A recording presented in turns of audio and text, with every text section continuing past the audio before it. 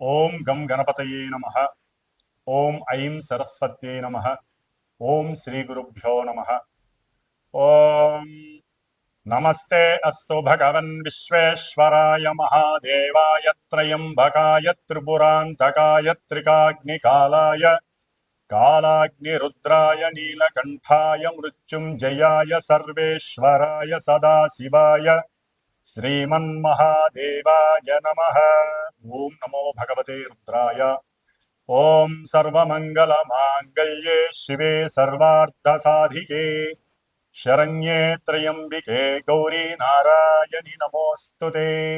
శ్రీ మహాపార్వతీ నమః. హరి ఓం. మనము ప్రస్తుతము ఈ యొక్క భూమండలంలో సూర్యుని చుట్టూ పరిభ్రమిస్తున్నటువంటి సప్తగ్రహాలలో మన యొక్క భూమండలం దాని చుట్టూ తిరుగుతున్నటువంటి చంద్రుడు, ఈ యొక్క గ్రహాల యొక్క వీక్షణలు, పరివర్తనలు, ఆ యొక్క గమనాల వలన మన భూమిపైన నివసిస్తున్నటువంటి మానవులకు కానీ జీవకోటికి కానీ ఆ గ్రహాల యొక్క కాంతిపుంజములు ఎన్నో వైవిధ్యమైనటువంటి పరిస్థితులను, ప్రతిబంధకాలను, ప్రకృతి వైపరీత్యాలను కలుగజేస్తూ ఉంటాయి.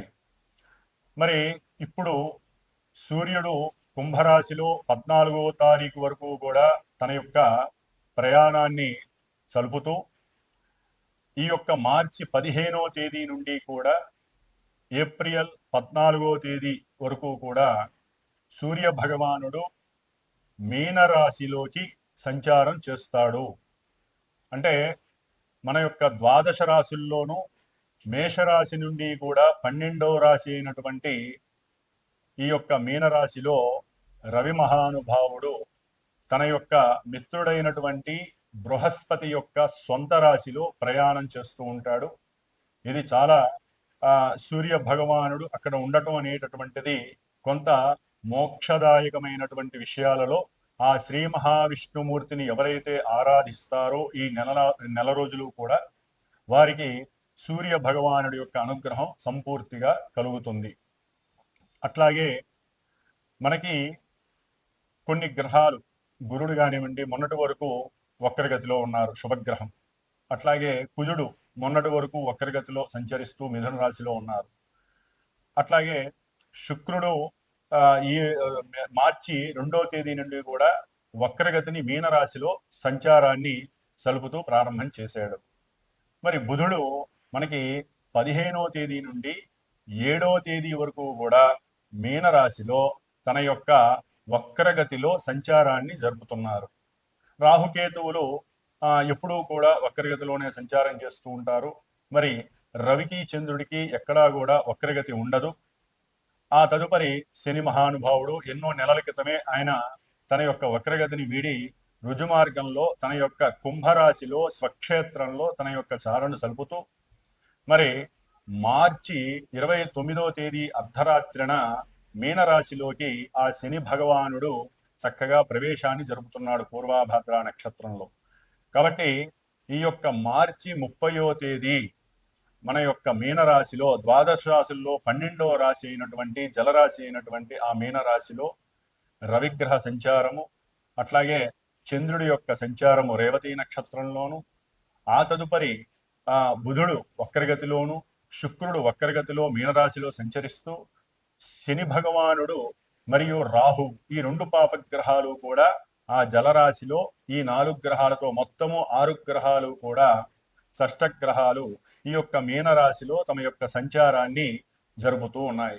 సరే, ఈ యొక్క షష్టగ్రహ కూటమి గురించి మనము కొన్ని వీడియోల ద్వారా చెప్పుకున్నాం కాబట్టి ఆ యొక్క వీడియోలని చూస్తే కనుక మనకి అర్థమవుతూ ఉంటుంది. వాటి యొక్క ఆ యొక్క 6 గ్రహాల యొక్క మిశ్రమం వలన దేశానికి ఏమీ కలుగుతుంది, అట్లాగే ఏ ఏ రాశుల వారికి ప్రభావం ఎంతవరకు జరుగుతుంది అనేది మనం తెలియజేసుకున్నాం.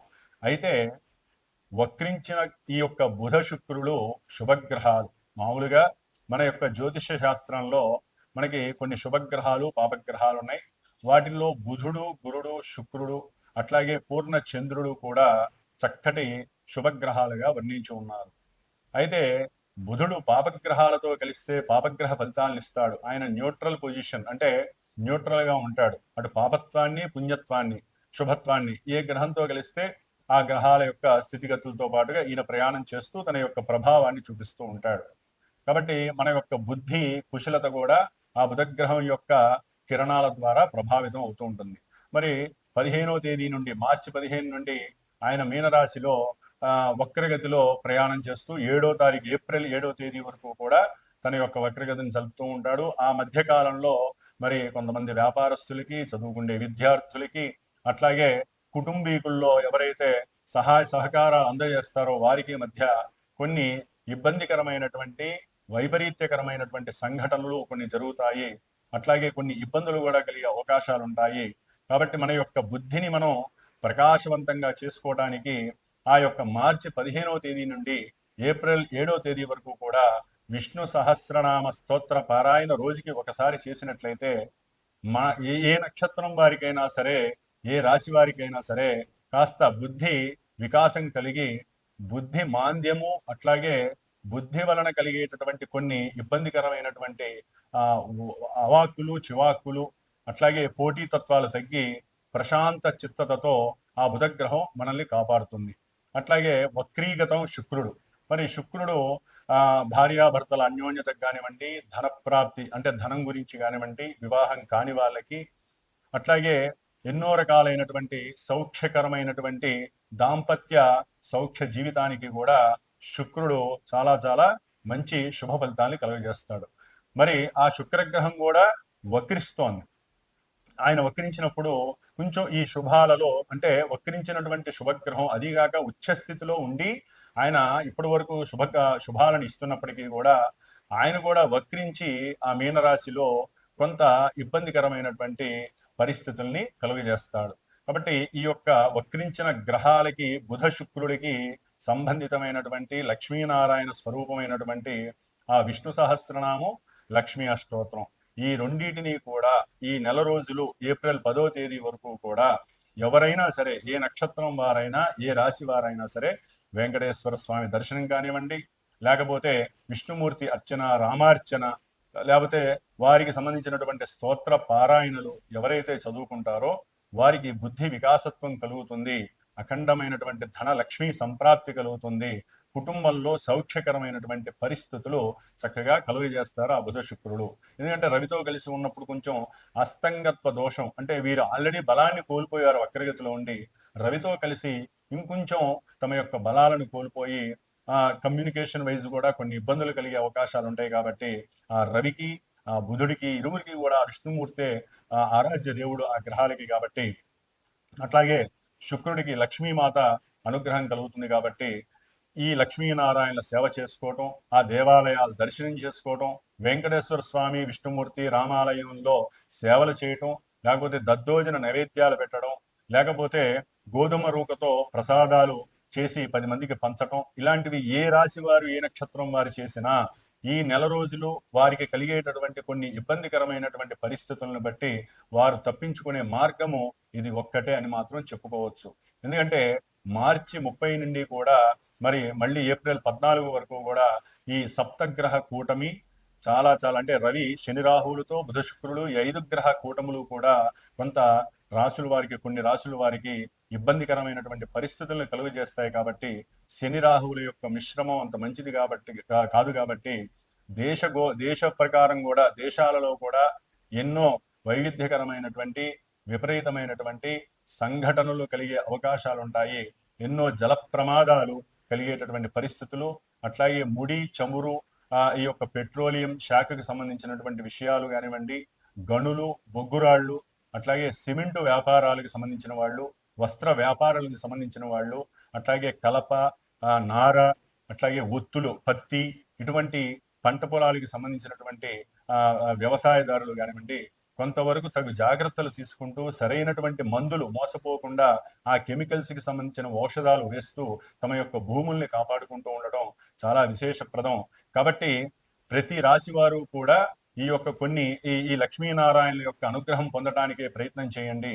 మరి ఈ యొక్క మీన సంక్రమణంలో రవి మహానుభావుడు, అట్లాగే కుజుడు, శుక్రుడు, బుధుడు, ఈ 4 గ్రహాలు కూడా కలుగు చేసేటటువంటి పరిస్థితులు ఏ విధంగా ఉంటాయి, మేషరాశి నుంచి మీనరాశి వారి వరకు మరి ఈ రాశి యొక్క ప్రభావాలు ఏ విధంగా మనల్ని అనుగ్రహిస్తాయి అనేటటువంటి విషయాన్ని మనం ఇప్పుడు తెలియజేసుకుందాం.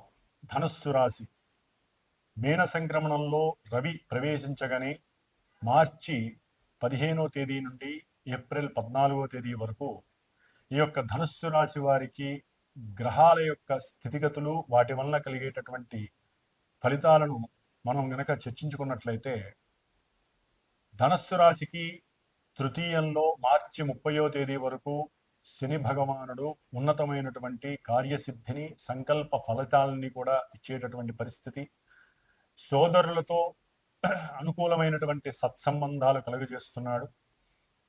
కానీ మార్చి 30వ తేదీ తర్వాత ధనుస్సు రాశి వారికి చతుర్థంలో శని ప్రవేశించుట, అప్పటికే చతుర్థంలో భాగ్యాధిపతి అయినటువంటి రవి చతుర్థంలో ఉండటం ద్వారా వీరికి తండ్రి పరమైనటువంటి అంటే పితృపరమైనటువంటి వాత్సల్యము కొంతవరకు తగ్గుట, అట్లాగే పిల్లలకి సంబంధించినటువంటి విషయాలలో కొన్ని ప్రతికూలమైనటువంటి పరిస్థితులు కనబడటం, పిల్లలతో అవసరం లేని వాగ్వాదాలు జరగటం, అట్లాగే భార్యాభర్తల మధ్య అనుకోనటువంటి సంఘటనల ద్వారా విశేషమైనటువంటి మాట పట్టింపులు కలగటం, భార్యాభర్తల యొక్క బంధుమిత్రాదులతో వైరము కలహము కలుగుట ద్వారా కొంత వివేచన శక్తిని కోల్పోయేటటువంటి పరిస్థితి ధనుస్సు రాశి వారికి కలుగుతోంది. ముఖ్యంగా ధనుస్సు రాశి వారికి చతుర్థంలో ఉన్నటువంటి బుధుడు శుక్రుడు చక్కటి యోగాలని ప్రసాదిస్తున్నారు. అంటే వ్యాపారంలో భాగస్వామ్యం ద్వారా వృద్ధి జరగటానికి ఎవరైతే ధనుస్సు రాశి వారు ధనాన్ని అప్పుగా తెచ్చిపెట్టి ఉన్నారో వారికి కొంతవరకు సౌఖ్యము కలుగుతుంది, ఆర్థిక పరంగా లాభాదులు కలిగేటటువంటి పరిస్థితులు కూడా ఉన్నాయి. కానీ వారిరువురు వక్రించడం ద్వారా ఒక్కోసారి అవి కోర్టు కేసుల ద్వారా కూడా వెళ్ళే అవకాశం ఉంటుంది. ధన నష్టము కలుగుతుంది, వ్యాపార నష్టము కలుగుతుంది, వ్యాపారంలో ప్రతిబంధకాలు కలగడానికి అవకాశాలు ఉంటాయి. ఏదేమైనప్పటికీ 4వ స్థానంలో ఉన్నటువంటి బుధుడు శుక్రుడు రవి రాహువు శని 5 గ్రహాల యొక్క మిశ్రమ సంయోగము ఈ యొక్క ధనుస్సు రాశి వారికి కొంతవరకు కష్టకాలం అని చెప్పుకోవచ్చు. ఎందుకంటే ప్రయాణాలలో వీరు అనుకున్నటువంటి ఫ్రీక్వెన్సీస్ అంటే సౌఖ్యకరమైనటువంటి పరిస్థితులు దొరకగా వీరు మాట్లాడితే కోప స్వభావాన్ని కలిగి ఉండే పరిస్థితి. ఎందుకంటే ధనుస్సు రాశి వారికి ఏప్రిల్ 3వ తేదీ వరకు కుజుడు 7వ స్థానంలో ఉండటం ద్వారా అగ్రెసివ్నెస్ ఎక్కువగా ఉంటుంది.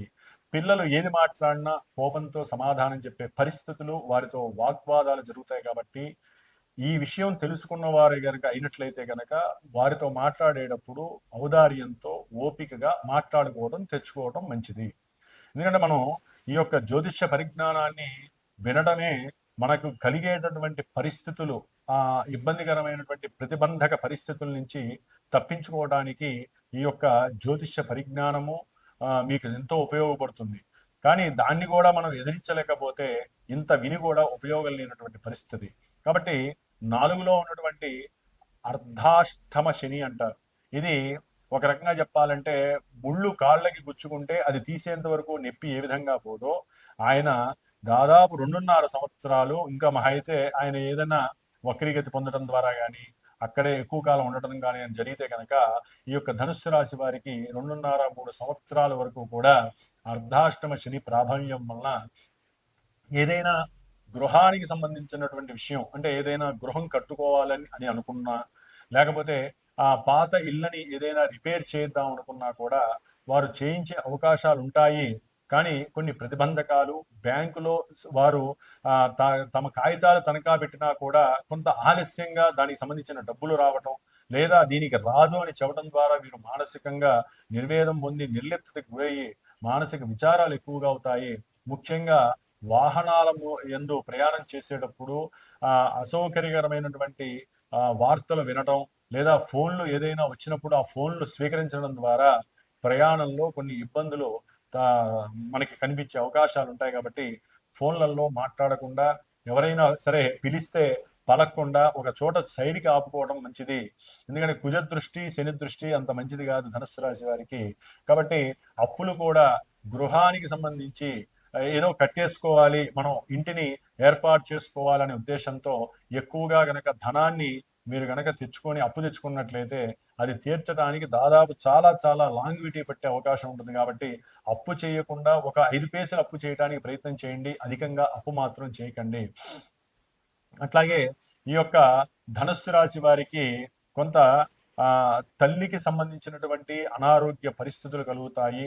మాతృ సౌఖ్యము కొంత దూరంగా ఉండే అవకాశం ఉంటుంది. సరైన సమయానికి మృష్టాన్న భోజనాలు లభించక ఆరోగ్యము చెడిపోయే అవకాశం ఉంటుంది. తర్వాత ఏప్రిల్ 3వ తేదీ తర్వాత ధనుస్సు రాశి వారికి సంతాన పరంగా వారికి కొంత ఆకస్మికమైనటువంటి కొన్ని ఇబ్బందులు గృహంలో కలగడానికి అవకాశం ఉంటుంది. కాబట్టి సంతానాన్ని వారించండి, సంతానానికి తగిన సూచనలు ఇవ్వటం చాలా మంచిది. వారితో ఆకస్మికంగా గృహంలో ఏ ప్రయాణాదులు గురించి కానివ్వండి, లేకపోతే వెహికల్స్ గురించి కానివ్వండి, గొడవలు కొట్లాటలు దాకా వెళ్లకుండా అన్యోన్యతగా ఉండటానికి సాధ్యమైనందుకు ప్రయత్నం చేయండి. కుజగ్రహానికి శాంతిగా ఏదైనా ఆ స్తోత్రాన్ని చక్కగా ఆచరించండి. ముఖ్యంగా ధనుస్సు రాశి వారు గురుగ్రహ బలం తర్వాత మే తర్వాత వస్తుంది కాబట్టి ఈ లోపల వీరు సాయినాథుణ్ణి కానీ లేదా దత్తాత్రేయ కవచాన్ని కానీ లేదా మేధా దక్షిణామూర్తి స్వామి వారి యొక్క స్తోత్రాన్ని వినటం ద్వారా కానీ తమ యొక్క బలాన్ని పునరుత్పత్తి చేసుకోవడానికి అవకాశం మెండుగా ఉంటుంది. వ్యాపారంలో కూడా కొంత వీరు తమ యొక్క గృహం యొక్క లేకపోతే స్థలం యొక్క కాగితాలని అప్పుగా పెట్టి బ్యాంకు నిల్వ ద్వారా వృద్ధి చేసుకునే అవకాశాలు కూడా కనిపిస్తున్నాయి. కాబట్టి గృహ సంబంధిత విషయాల్లో ఆలస్యమైనా సరే వీరు కట్టుకోవడానికి గట్టి కృషి చేస్తారు, ప్రయత్నం చేస్తారు, సిద్ధించుకోవడానికి ఎక్కువగా కృషి చేస్తారు. కాబట్టి వీరి యొక్క స్థాన బలము, వీరు ఉన్నటువంటి ఉద్యోగ స్థితి వలన వీరికి సరైనటువంటి ధన సముపార్జన జరిగి చక్కటి గృహాన్ని నిర్మించుకునే పరిస్థితి కూడా ఈ అర్ధాష్టమ శనిలో కలుగుతుంది. ముఖ్యంగా భార్యతో లేదా భార్య భర్తతో గృహంలో అప్రశాంతతకి గురి కాకుండా, ముఖ్యంగా భోజన విషయాల యందు గొడవ పడకుండా, తమ యొక్క అభీష్టానికి విరుద్ధంగా ఉన్నప్పటికీ కూడా అణుచుకొని జాగ్రత్తగా ఈ నెల రోజులు కాపాడుకున్నట్లయితే రవి బలం వలన అట్లాగే ఈ యొక్క శుక్రుడు వక్రగతి వలన కలిగేటటువంటి ఇబ్బందులు తొలగిపోతాయి. నేత్రపరంగా కూడా తగు జాగ్రత్త వహించటం, ధన్వంతరి మంత్రాన్ని స్తుతించటం, అట్లాగే గరుత్మంతుడికి సంబంధించినటువంటి ఉపాసన ఉన్నటువంటి గురువులతో మాట్లాడి తగినటువంటి పరిష్కారాలు ఆచరించడం కూడా చాలా ఉత్తమమనే చెప్పుకోవాలి. ఓం శ్రీమాత్రే నమః.